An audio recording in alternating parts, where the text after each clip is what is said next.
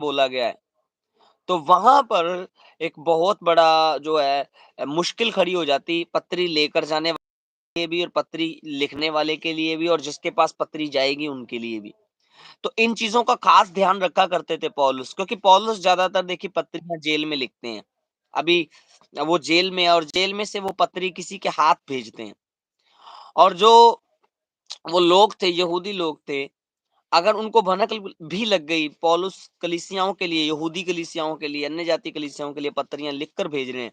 अगर मान लीजिए वो व्यक्ति जो पत्री लेकर आ रहा है, वो पकड़ा गया किसी हिसाब से, तो यहूदी कुछ ऐसी बातों को अगर पत्री में पढ़ लेते हैं, तो वो क्या करते हैं, वो विरोध करेंगे या तो उस व्यक्ति को भी मारेंगे जो पत्री लेकर आया और लिखने वाले को भी और कलीसिया को जाकर भी वहां पर क्या करेंगे, सताएंगे। नहीं तो वो उसमें से बहुत सारी चीजों को हटा दिया करते थे, चेंज कर दिया करते थे, जिससे कि जो अन्य कलीसियाओं के पास बहुत कम वो चीज पहुंचती थी और बहुत बार ऐसा होता था व्यवस्था की चीजें जो है उन्हें मिल मिल जाया करती थी वापस फिर से।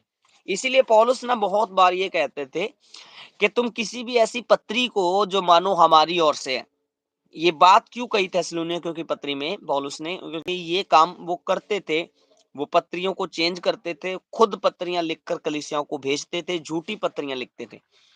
तो आप इस बात को समझ पा रहे हैं। प्रभु का धन्यवाद हो। तो ये एक बहुत मुख्य कारण था परसिक्यूशन का उस समय पर, सताव का। तो इन लोगों ने बहुत सताव जो है कलीसियाओं का किया, यहूदी लोगों ने जो है उनको डराना, उनको धमकाना और फिर से मंदिर की सेवकाई में इन्होंने लेकर के उनको आना वो शुरू कर दिया। और तब पौलुस, प्रेरित पौलुस उनके विषय में ये कहते हैं कि ये लोग सुसमाचार को बिगाड़ने का काम कर रहे हैं और तुम्हें घबराने का, जो तुम्हें घबरा रहे हैं। ठीक है, अब कुछ एक और बातों को हम पढ़ेंगे।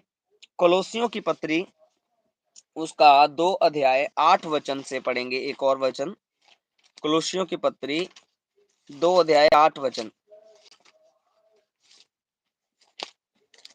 यहाँ पर लिखा है कोलोसियों 2 का 8, चौकस रहो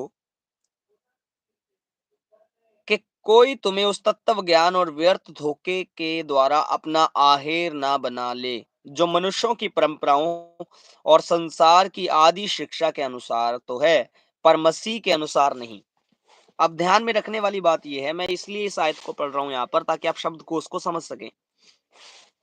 यहाँ पर पौलुस लिखते हैं, चौकस रहो कोई तुम्हें उस तत्व ज्ञान और व्यर्थ धोखे के द्वारा अपना आहेर ना बना ले,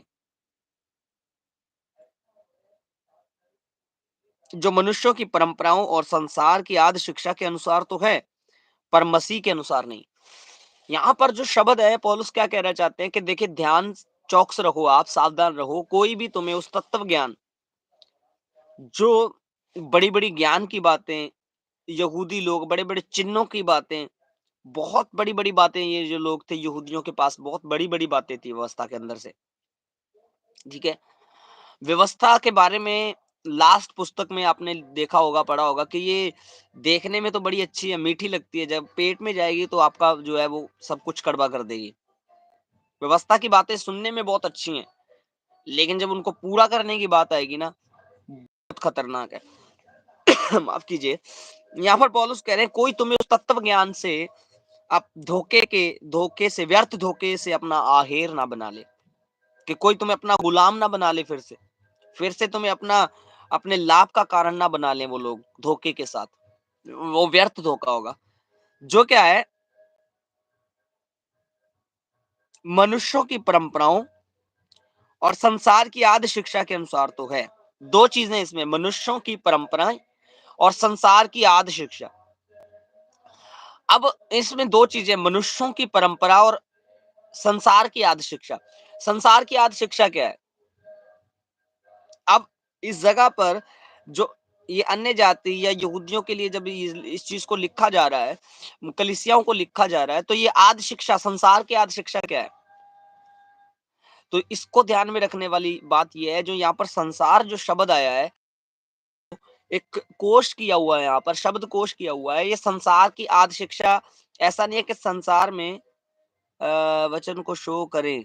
पास्टर पाला जी, आप स्क्रीन पर वचन को शो करें। ओके, सो या